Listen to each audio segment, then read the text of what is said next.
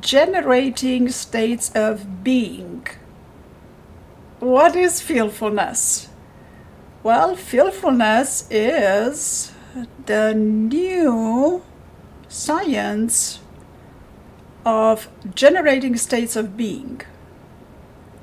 Now, feelfulness, feel a feeling by choice, employs methods where a feeling or emotion in English language is experienced in anticipation by using unique linguistic elements such as evocators, movers, descriptors, which I like to arrange in triplicates because they are very powerful in triplicates. And I will explain why. And these triplicates are going to evoke an experience for you. Now, feelfulness takes the concept of mindfulness to greater heights, greater depths, greater heights, because it teaches you how to feel a feeling by choice. A good feeling by choice, yeah? And how by feeling a feeling by choice, you cultivate a positive psychological state, and you also get to develop new or modify existing personality traits. Develop new or modify existing personality traits. So who do you want to be? And all of this is made possible by the incredible power of neuroplasticity. Feelfulness, feel a feeling by choice.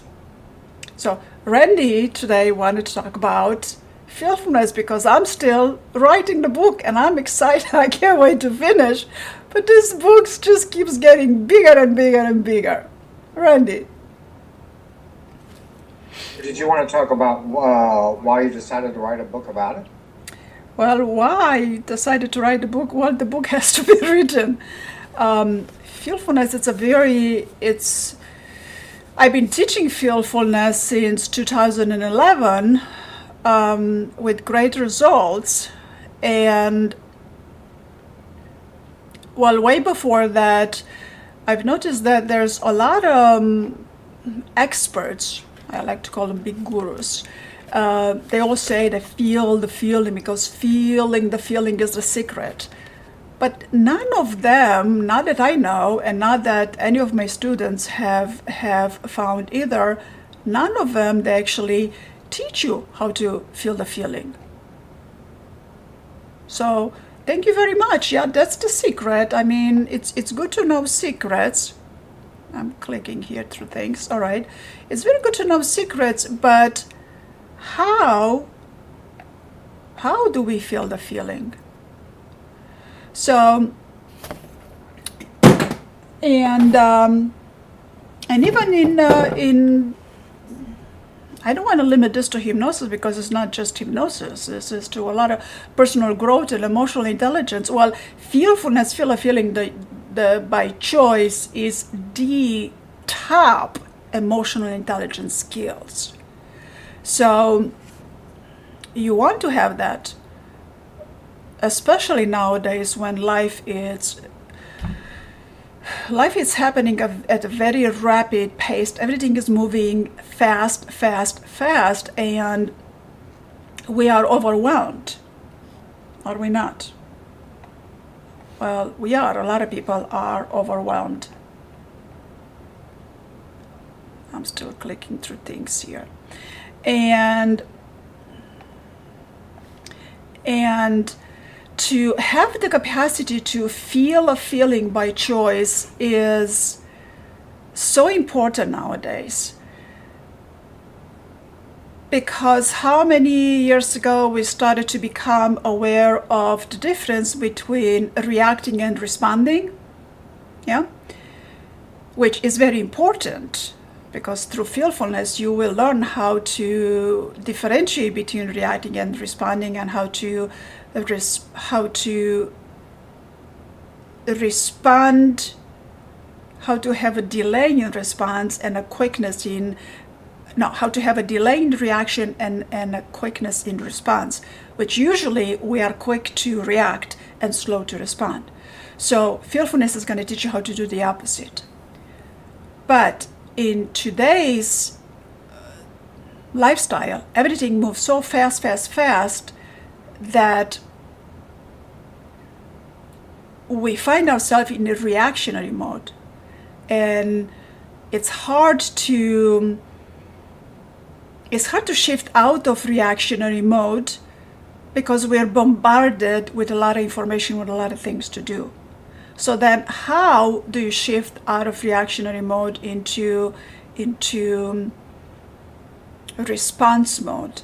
And then by the time your thought processes and your thought feeling processes go into, oh, I shouldn't react, I should respond, but how to respond and what's the appropriate response, and then you go about scanning at least 150 180 degrees of what's in front of you and what's the appropriate response while maintaining your integrity.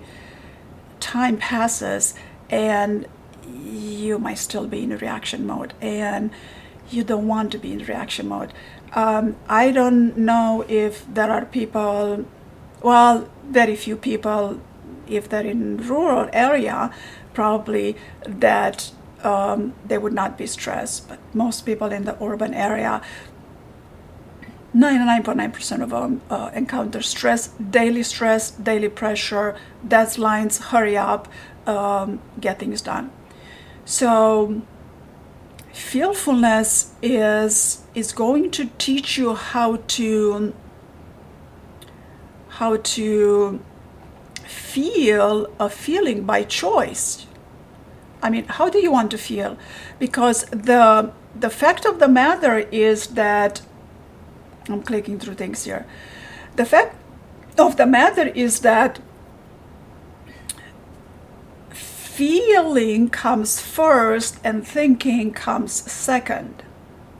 So here is where everybody talks about the importance of increasing self-awareness. Well, self-awareness, yes, you can never stop increasing self-awareness, because through increasing self-awareness, you'll be aware, you begin to become more aware of what you are feeling, how you are feeling inside, and then you're going to be able to manage, then choose your response, therefore feel a feeling by choice. Yeah, because sense, as in sensing, as in feeling, it's always before thought.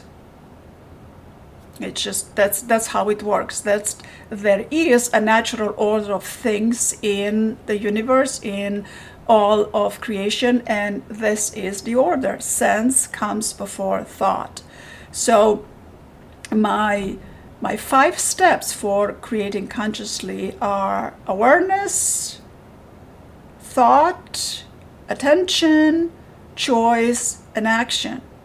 Yeah, so you're gonna be aware of something, you're gonna have a thought about what you're aware of, you're gonna place your attention on your thought, hopefully you want to place attention on your thought, then you're going to choose what you're going to do with that thought and how you're going to allocate attention to the thought that you have, that what you're going to do next, what's your action. So your action is going to be a quiet thinking kind of a decision, whether yes or no, you like or you don't like, criticize or not criticize, and before even engaging in physical action.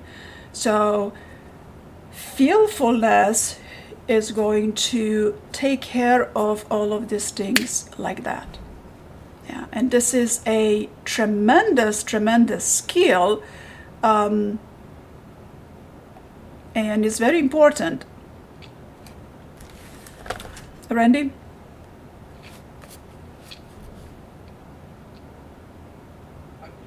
what when you decided to write the book, what was what was sort of your ultimate goal in terms of what you would like people to get out of it?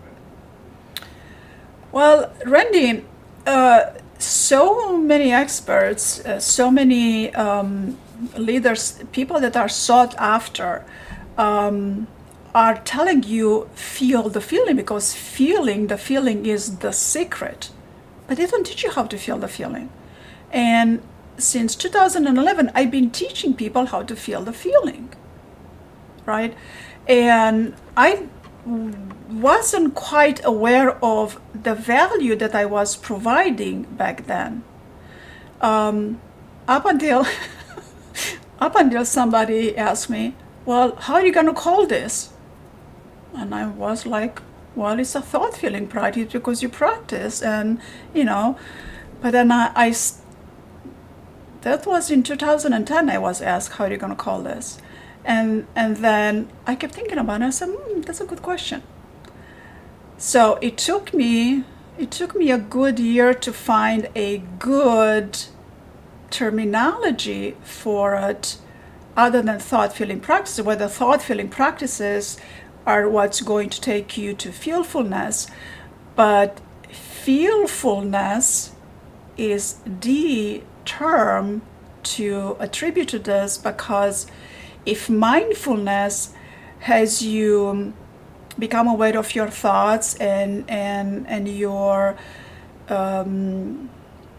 emotions, and has you observe them and begin to accept for what they are, teaches you how to begin to shift into response mode away from reaction mode, which mindfulness is doing a tremendous job at that. Then if you feel a feeling by choice, that then should be feelfulness. Because mindfulness is over here in your mind, while feelfulness is over here in your body. So with feelfulness, I'm addressing the matters of your heart as well. Most of the matters of your heart. Because when people are not feeling good, their heart is broken. And when people are feeling happy, their heart is expanded. So what's the secret? Well, the secret is to feel happy all the time, but how do you feel happy all the time? Yeah, and there is a way to be in a state of flow, for example. There is a science of happiness that was developed by Martin Seligman. The state of flow was touched upon Mihaly Csikszentmihalyi, right? And here are some of the chapters in my book. So I don't know if you can see them on the screen, but there's a lot of chapters, and this book keeps on growing, right? Is because Did you want to talk about it and it keeps on growing. It's not an easy book to write, not at all. And I gotten the first draft out, and me and you talked about it a while back. And I laugh at it now because I'm so excited to get it out. It's like get it like a little child, because I'm gonna give people something so valuable. But now let me take a step back and mention that with the book, a book is not gonna teach you how to feel a feeling. At least it's going to get you on your way. And a lot of people that have practiced mindfulness and other shamanism or alchemy practices might be able to just use the book and just go ahead and feel the feeling by themselves, or at least the book is going to get you on your way, and at least it's going to take you that this is available. It is a new science, so to speak. It's been tested and it's working, and then you get to try it on for yourself, because the proof is in the pudding, right? So go ahead and be as skeptic as you want, good luck, because the proof is in the pudding. And but then of course there is training available for those who are interested to become trained in it. And the way I introduced Feelfulness to thought feeling practices out there first, it was through my first books, the Creating Ease books. Creating Ease at, oh, this is a bit blurry now. The camera is on autofocus. Oh, okay, there you go. The Creating Ease and Creating Ease at Creating Ease Alive and Creating Ease at workbooks that they published in 2015 and 2016. And people thought, and there was a way for me to introduce the thought feeling practices. Even the book says thought feeling practices, right? And that I didn't consider necessary at the time to say feelfulness, because I wasn't sure what I was going to do with it, or if I was going to do anything more with it.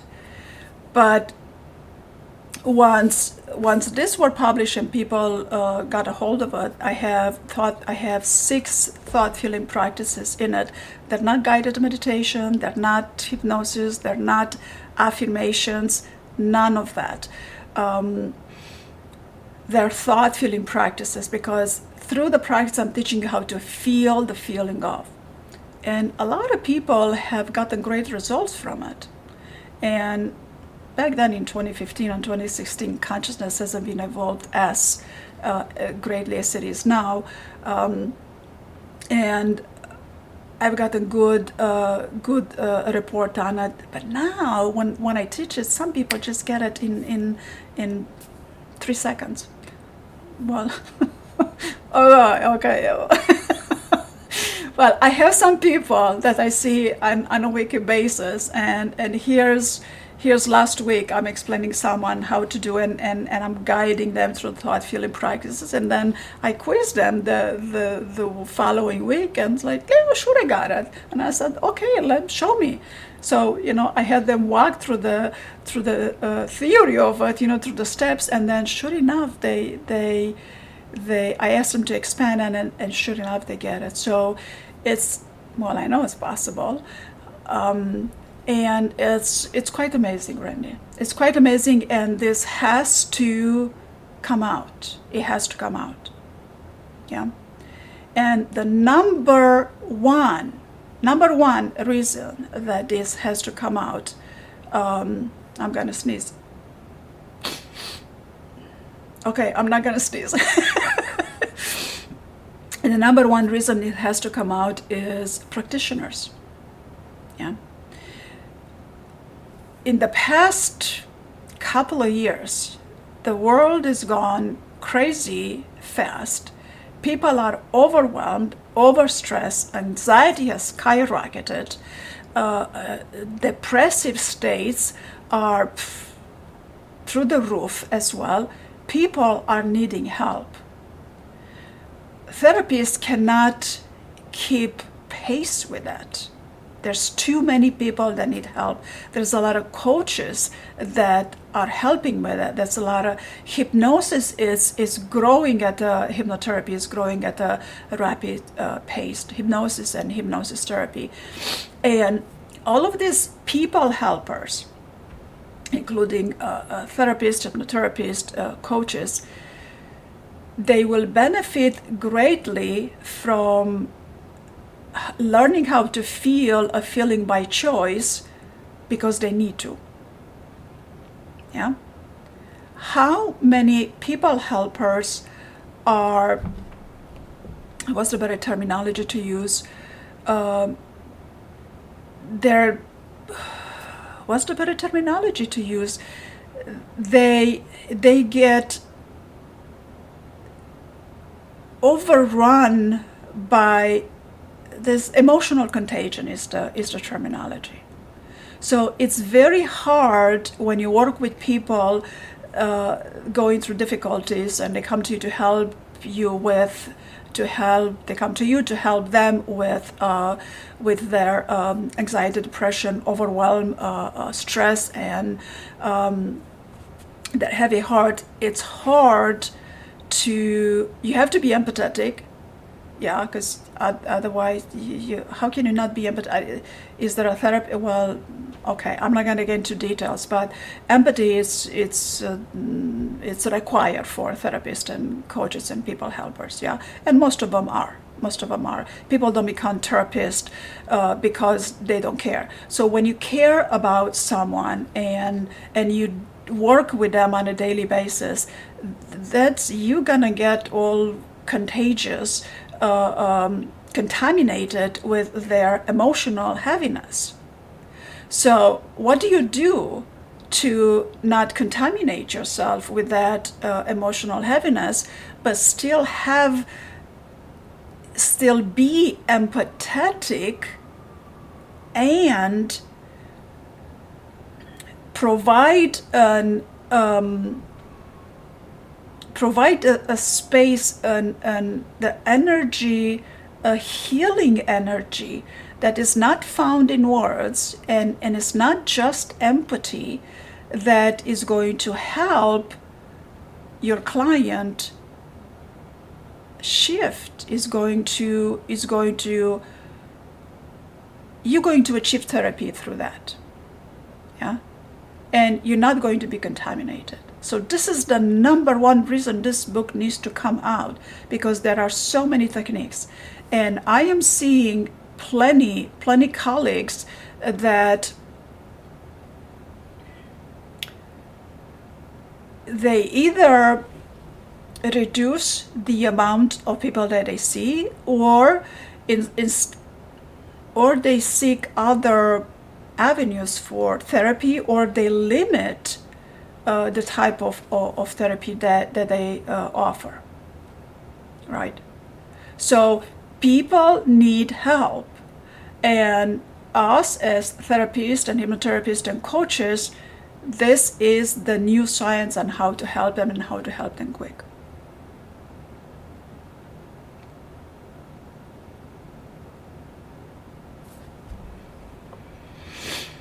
Well, you have that you are using Jungian archetypes in some of it, and I'm not sure a lot of people know who Carl Jung was, and I'm not sure they know what an archetype is. They do at some level, because it's a feature of almost every movie that comes out now. Since Star Wars, everything's got to be the hero's journey, and but how are you bringing those archetypes into all this?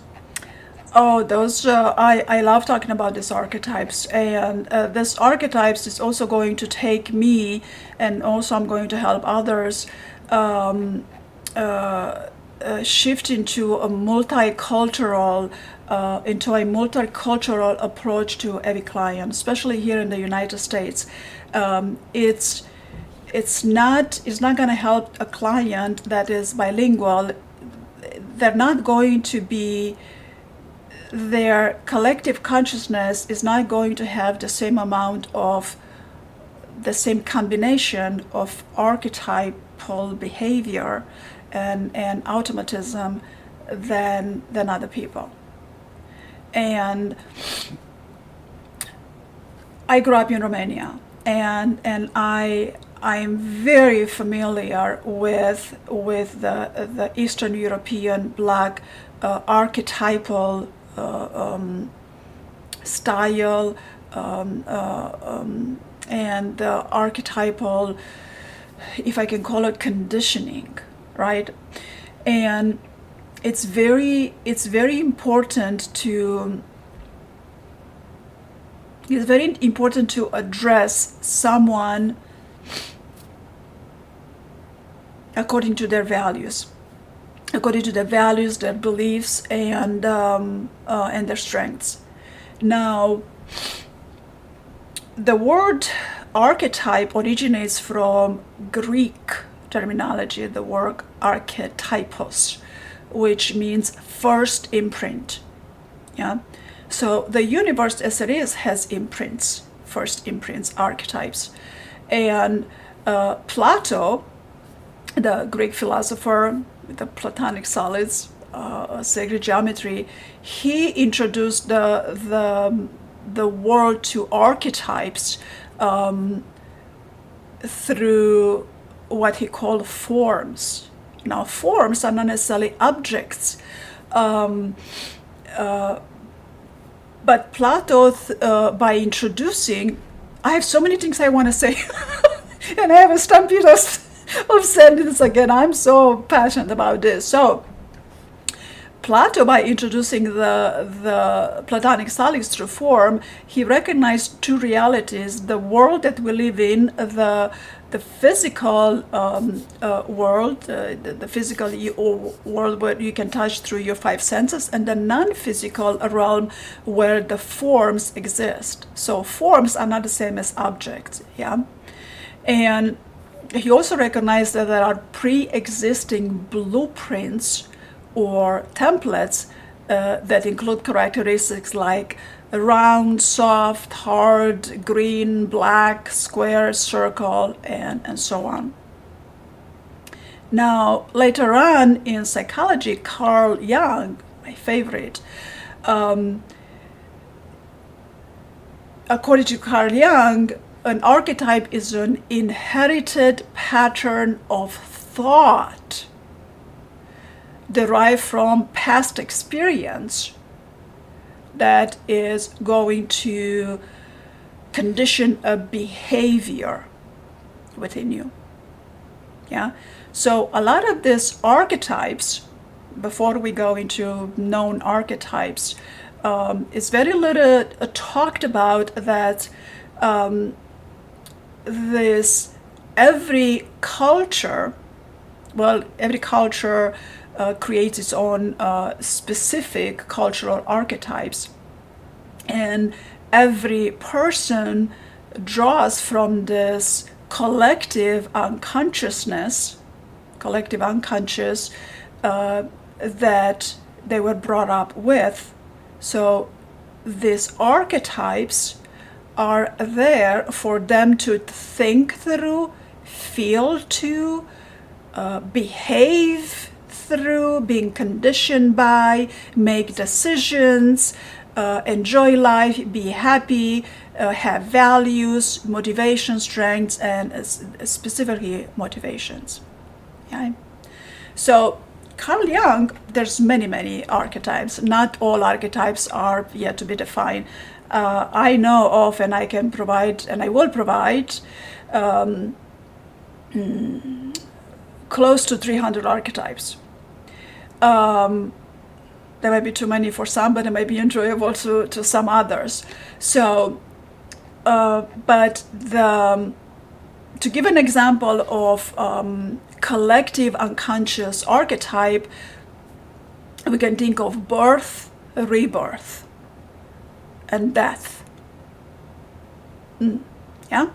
Power, unity, magic, the hero, the child, the animal, the wise man, the Mother Earth, Father Sky, good, evil. These are archetypes.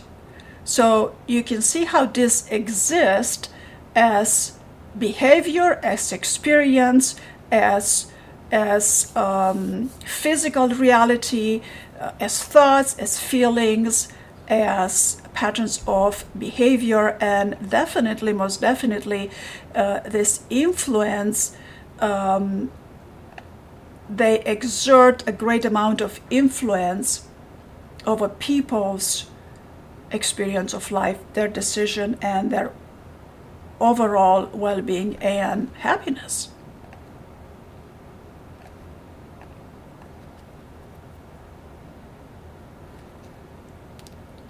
Well, how do you use? How does it tie into feelfulness? You use for archetypes. That's a good question. You're gonna have to read the book on that, because feelfulness comes with archetypes, you get to develop new archetype. You will construct new archetype by feeling the feeling you want to have. And this is not going to be linear. It's not going to be binary. This is going to be complex and dynamic. And here is why I'm introducing word triangles or mind triangles. So triangles have been introduced in psychology for a long time. Carl Jung might have introduced those triangles, but maybe other people before him. And triangles are a very important aspect of the psyche, because every archetype, every strength comes with two possible weaknesses, and every weakness comes with at least two possible strengths. So it's not binary, and choices are to be exerted right here. And which choice are you going to choose to exert, right? So in order for you to know what choice to exert, then you want to become aware of these archetypes. But before I'm going to go into this triangular archetype, I'm going to talk about the main four archetypes that Carl Jung introduced, and they sit at the base of analytical psychology. Yeah, Carl Jung. We love Carl Jung because Carl Jung, one of the very important things about Carl Jung, very few people know, is that he teaches us no one is better than another, and that the shadow is not a bad thing, right? What we want to know about Carl Jung, up until we get into all of the psychology and professional terminology, is that Carl Jung introduced us to the concept of balance, of opposing concept, and through opposition, and not necessarily conflict, but through opposition, we get to create balance. And balance and adaptive states is what we seek to achieve as a psychological state. But it's not as easy to do.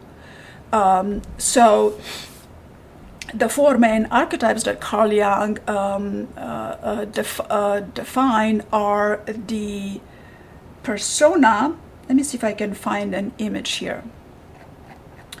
So, okay, here are the anima and animus. I split them in two because I need to present them talk about them differently. Right? But they're one archetype. So let me see, is there, okay, these are images that are part of my book. Okay, just one more second. I must have redone that image where I had only 4 archetypes. Because for me it's important to distinguish between anima and animus, because it's a very big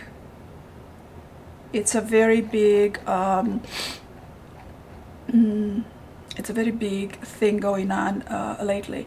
So we have the persona right here. You can see my mouse, yeah, right, the persona. And the persona's opposite, which is going to create a balance, is the shadow. Yeah, is the shadow. Can you see my mouse here? Yeah, you can see my mouse. Is the shadow. Yeah, and anima and animus is a archetype in its own, which it's already a balanced archetype. Anima representing the feminine aspect of the male psyche, or it's otherwise it's one half of a whole, or otherwise anima is known as the soul. Yeah? And animus is the masculine aspect of the female psyche, which is the one half of the other whole, balancing the anima, and otherwise known animus as the sacredness, which I can wait to to talk about the soul and the sacred aspect in this feelfulness, because it's very important. And individuation is the process, is the quest to wholeness. Yeah, this is what personal growth and leadership and career, evolving through career and growing and making more money and becoming successful is about. Individuation, personal growth, development, becoming the best version you can be. There's many different terminologies for it. And individuation is the quest for wholeness, to become conscious as a human being, not more or less than others. So next time we hear Carl Jung, I want you to hear not more, not less than others as a human being. Yeah? So, but if your behavior is of a psychopath or a sociopath or a narcissist or a criticizer, there's a lot in your shadow that you have to address and work with. And if your behavior goes against the law, the shadow needs to be addressed. And your persona is infatuated with the masks that are there to hide the pain that sits within deep in your soul, right? So in my work, in the work of Feelfulness, I address your sweet little heart, the sweetness, deepest portion of your soul, and that which you came here to be, to provide a service, to provide the value to the evolution of humanity, to be of good use to your fellow humans, not to be used by fellow humans, to be of good use, right? So a lot of people, which I really don't like, a lot of people talk about the shadow poorly. They don't understand what a shadow is. Yeah, it's not that bad. The shadow is not bad, and don't beat up on a shadow. And the ego, don't beat up on the ego, because ego is bad, and you come out of ego, you come out of shadow, you're going to work on your shadow. And I would like to caution a lot of people to use the word ego and shadow a bit more selectively, yeah? Because what the shadow is represents your weaknesses, your desires, your lust. When you're lustful, that sits in your shadow. Your instincts, the desires of the flesh, your shortcomings, your reactionary mode other than your response mode, and definitely what you project onto others. No more projecting onto others. So because we have, through feelfulness, we're going to learn how to not only not project onto others, but we should and we will, and a lot of us are walking the walk, modeling and being an example to others. Unconsciously, they already do feelfulness. They already shift into that, generating that state of being that provides healing, balancing, healing energy to those around them, just by being themselves. And sometimes it's sufficient, but sometimes more is needed, right? So, any questions so far, Randy? One of the, not a question, but just an observation was that this is the 20th year. I think yesterday was literally the 20th anniversary of the invasion of Iraq. And that was when, we went in to get Saddam Hussein. Very, very controversial war. But there was an incident in that whole episode, it was like 6 months leading up to it. There was an incident that showed better than anything I'd ever seen what the shadow means. And the shadow is very Jungian. But Saddam Hussein had tried at one point to assassinate George W. Bush's father, George H.R. Bush, both former presidents. Saddam Hussein, there was a plot that Saddam Hussein had tried to kill Bush. I don't know if it was when he was his president or what, but the first President Bush, he tried to kill him. So when Bush Jr. got into office, I think a lot of people was concerned that he was going to go after Saddam Hussein for something or the other, and he did. And there was an interview, it was done one time, he said it one time, never repeated it, and I don't think he really meant to say it when he did, but somebody asked him, why of all troubled countries in our troubled world, why this? And what was it about Saddam Hussein that most worried, most upset him? And Bush said, George Bush Jr. said, he tried to kill my daddy. Now, what's the shadow in that? The shadow is, if you know George W. Bush's history, he had a very contemptuous relationship with his father, reportedly. I didn't know him, obviously. But George W. Bush Jr. Had a very controversial youth. Lots of drug use, lots of drinking at least. And that's nothing secret about that. He's been very honest and open about it.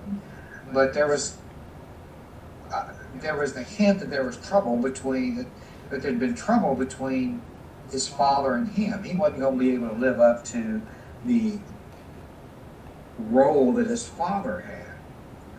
Well, Saddam Hussein in George W. Bush's shadow is George Bush unconsciously probably wanted his father out of his life because he couldn't live up to it.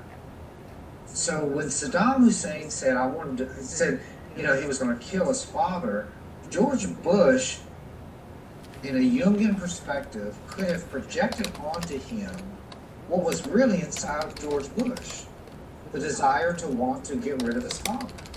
So that was unacceptable. And so George Bush had to kill that thought and that urge, and it was personified. You used the word projected. It was personified, it is true, it is projected onto Saddam Hussein. That Saddam Hussein was George Bush's shadow that he had to kill because it was unacceptable to have the urge to kill his father, which he may have had. Anyway, it was the best example of having a shadow that I'd ever heard of up until that point. But anyway, having said all that, back to the book, is there a use of the archetypes that just everyday people like myself can use in your book? Oh, absolutely, absolutely. That is, you're gonna be able to, especially you, Randy, as a therapist, you're going to be able to use a lot of different archetypes, and these archetypes are going to help you. Now, when it comes to the shadow is a part of the unconscious that it's composed of repressed ideas and weaknesses and desires and lusts, like you gave such a good example, and it's quite an evocative example. And see, right there, as you presented this story, that story in itself is it's archetypal and it's evocative. It's already triggers emotions in a lot of people. Yeah, and But you, as a therapist, by getting more insights about the shadow, which I'm not going to bore you with a lot of pages on the shadow. I'm just going to give you the gist of the shadow, which you're going to say, oh, I can do this for myself. And then when you're there with a client, and you can say, oh, I can help my client address this part of their shadow, because in that's most of that's what therapy is about, working with the shadow, trying to balance the shadow and having the shadow integrated into the persona, right? But what a little bit that the persona is something that people don't know a whole lot about it, and they understand it differently than what is meant to be, because words over time, over centuries and millennia of year, words get the meaning of the words get distorted, and from persona now we have personality, and through personality we understand that personality is who we are. Yeah, this is what people understand, the meaning of the usage of the word as how the word is used now, right? But the persona is actually how we present ourselves to the world. And we don't always present ourselves to the world as per our personality, because it's not feasible, it's not appropriate, right? And another point that I want to stress on the persona is that the word persona derives from the Latin word that literally means mask, right? So you hear a lot of the people in personal growth and a lot of people that have gone through personal growth and therapy and spirituality and what have you, talk about having a mask on. And my people say, well, I don't have a mask on, I'm not hiding anything. No, it's not about hiding. A mask, since we have all kinds of Halloween parties and we put masks on and all kinds of the terminology, the way the word mask is used nowadays, it's very different than what the mask is, because the mask the mask in its literal word in Latin doesn't mean a literal physical mask. It's more of a social mask that we wear among different groups. Like right here, me and you are wearing a particular mask, a particular persona right now in this podcast, because we are conveying something, right? So I'm not going to carry my persona of the mother, and you're not going to carry your persona of the father right here, right now, right? And persona uses this social mask that we go in a social situation, and it's there to shield the ego from negative images. Yeah, because we don't want to present ourselves negatively, which is good. That's a good thing. Don't present yourself negatively. Yeah. So that's the persona. You want to add something to it?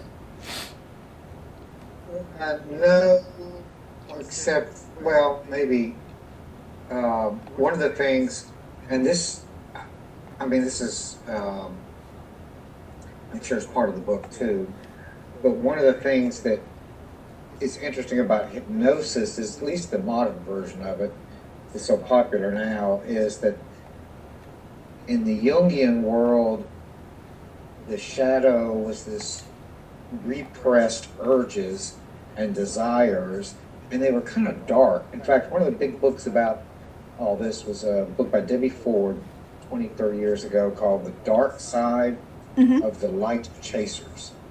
And she expanded on all that, and Deepak Chopra correct, is big into, our dark sides that we suppress and project onto others. So if somebody's acting rude to me, it's because I have the urge to be rude, but I've suppressed it.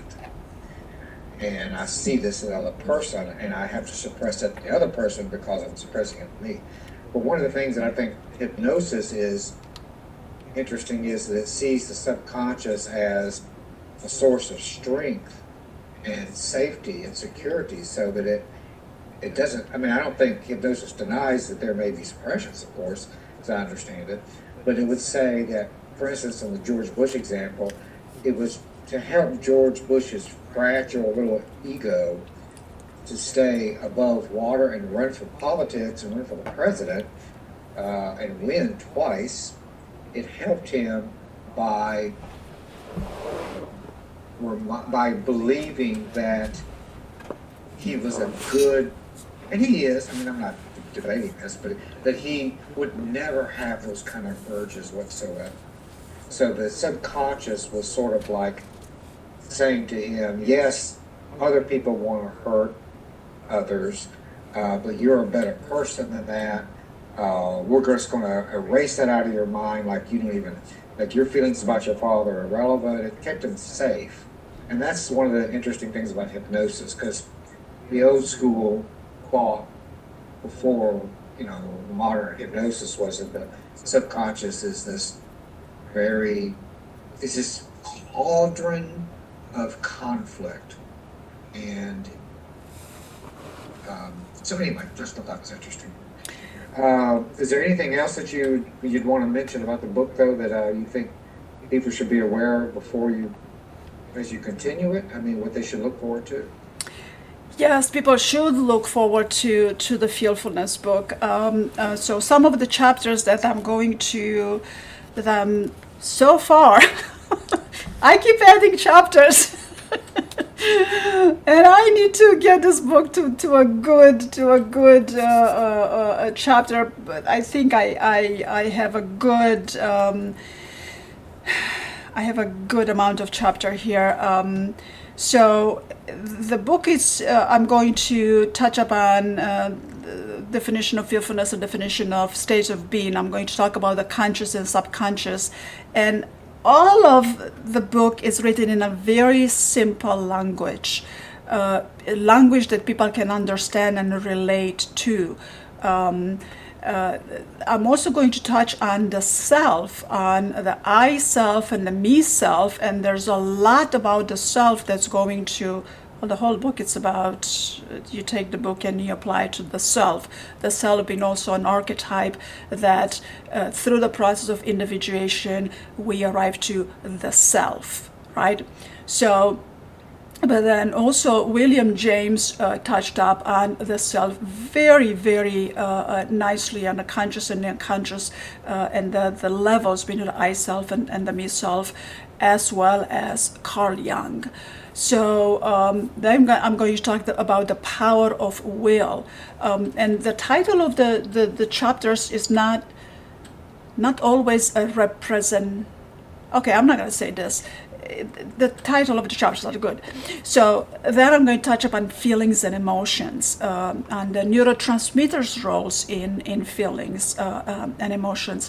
But something I want to mention is that in the English language, feeling is understood as an emotion, and in most other languages, there are two separate terminologies for an emotion and for a feeling.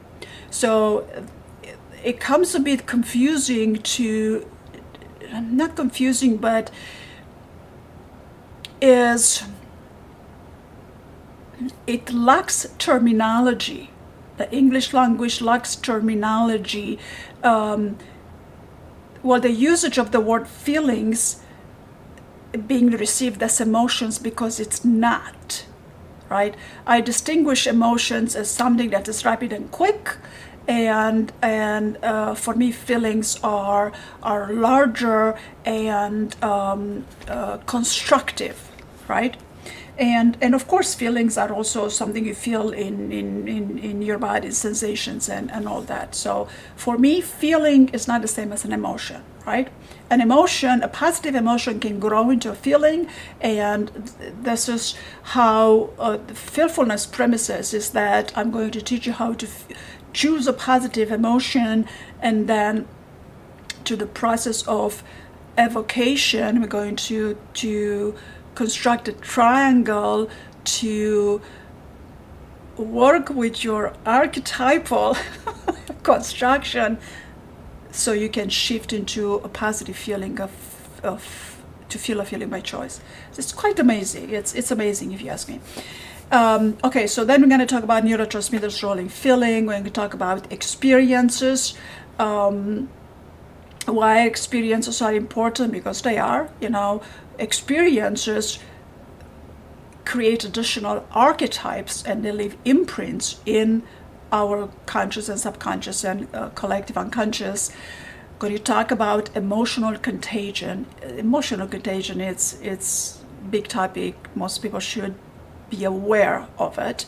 And then emoting therapeutically. Yeah, emoting therapeutically is very important, like I discussed earlier. Emoting therapeutically to your clients, you can emote therapeutically to your family.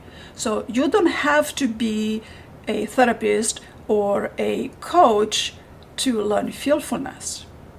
Then we're going to talk about thought value levels, and then there is thought management. Thought management. I'm going to make it very simple. It's not even 2 pages. Thought management, right? Basic human needs, beliefs and reframing, yeah. Alchemy and psychology, psychological types, functions and processes, Carl Jungian, archetypes, the sacred, shamanism and psychology, symbolism, alchemical hypnosis, Ericksonian hypnotherapy, generating states for therapists, generating states in shamanism, the consciousness of shamanism, states of being. Enough on the states of being, right? Then generating states of being. Feelfulness, generating states of being. And it's going to come with influential language, evocators, mover, description, descriptors, war triangles, the higher mind. How the higher mind has a lot to do with how we observe, notice, pay attention, focus, concentrate. And I have some incredibly simple techniques that I'm going to teach you on how to direct your attention, and so there is a length and a distance to where your attention goes throughout the day. So when your life flows where your attention goes, right? So if you want your life to flow better, then you have to have your attention in a proper place. So through these techniques, there's a few exercises of the higher mind, only by 5 exercises. If you practice these 5 exercises I'm going to give you, higher mind and observational, attention, focus, concentration, 5 exercises, you're going to achieve mindfulness like that. 5 exercises. Yeah. So then, of course, higher mind goes hand in hand with attention, focus, and observation, and then this detached observation through the layers of thought. It's such a significant a skill to acquire, because this is going to take you, well, first you're going to understand why that is important, that first of all that it exists, and then it is important, and that is important for feelfulness. And Then I'm gonna have to talk about Cartman's drama triangle, because that is a ugliest archetype that was somehow got constructed as is a thought feeling archetype that is seems to control people's behavior, and there is a way to get out of it, but it's not a simple way to get out of it. Working with a shadow and working with the shadow and with the persona to balance that might be a bit more easier than to get out of the drama triangle. And I'm not talking about drama triangle as other people. We all have a drama an archetype of drama in our consciousness, in our thoughts, in our feelings, and our behavior. We all have it. So, and the moment we try to get out of it, the moment we try to fix the victim, we end up the perpetrator. And the moment we try to address the perpetrator, we end up being the rescuer, and so on. It goes in a circle. So there is a way, and through Feelfulness, you will learn how to get out of it. Now, this is a process. This by default is going to address and work with your shadow by default, and it's a very significant work. And I've been teaching this since 2011, and the results we're getting, they're quite amazing. And then we're going to talk about shifting from binary states of being to complex states of being. Because, let me see if I can click on something here to show something. Just a quick second. Right here. Here's my Feelfulness website. So when I talk about binary states of being, here I have on the website, I have a slideshow where I added some of the binary and complex states of being that are so desired right now. A lot of people are looking for confidence. So there's so many states of being. I'm going to have a significant list, and going to a good enough depth into describing how to shift from a binary state of being into a dynamic, complex state of being. Because it's easy to do. A lot of us are doing it already, but not necessarily consciously by choice right away when you need it most. Right? Again, step away from that reactionary mode. And it's hard to stay away from reactionary mode because of the amygdala. And the amygdala is, I'm definitely going to talk about the amygdala in my book. Yeah? And let me click on something else here. And that's that. And what else? Let me see if I have this. What is the neurotransmitters? All right. Oh, here might be the thing I was looking for. Yeah, here's the quadrant. Here's Carl Jung's quadrant. The four archetypes. So, and then, so after diving this good enough on the binary states and on a complex dynamic states of being.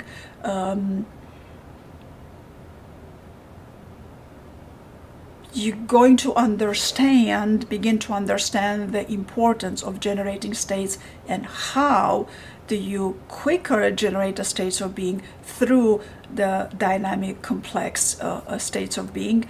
And then, of course, then what naturally follows after that is the authentic state of happiness. New Science, Martin Seligman, father of the positive psychology, the developing human potential, and then the flow state as brought to us by Mihaly Csikszentmihalyi, because eventually we all want to experience the flow state, and Feelfulness is going to teach you how to. Well, at first you're going to practice and intentionally shift into it, and after a while, it's going to become a habit, because you're going to create an archetype of your flow state, because everybody's flow state is different according to their self. There's this big quadrant over here that to the stage to which they are in balancing the shadow with their persona, this too, and in how far along are they in the process of individuation, and in addition to that, everybody has their own processes. Now, this is quite an image to work on. I've been inspired. Matthew Wozniak, PhD, inspired. This image is inspired by his work, and we know that an image is worth 1,000 words. So this image is in a process of. I'm in a process of redoing this image because I don't particularly like this separation over here. But then Canva, it's a great tool for me to create these images. So I have to spend a little bit more time into redoing this image. That this image has a lot to do with William James definition, explanation of the I self and the me self, and the values of the subjective me and the objective me, the conscious and unconscious thought, and the unconscious, the meta delusions of the unconscious, again archetypes, and then the delusions that we have, the delusion of the lack of recognition of conscious thought. So we think we think we have plenty of recognition of conscious thought, but there is a delusion of the lack that we actually have.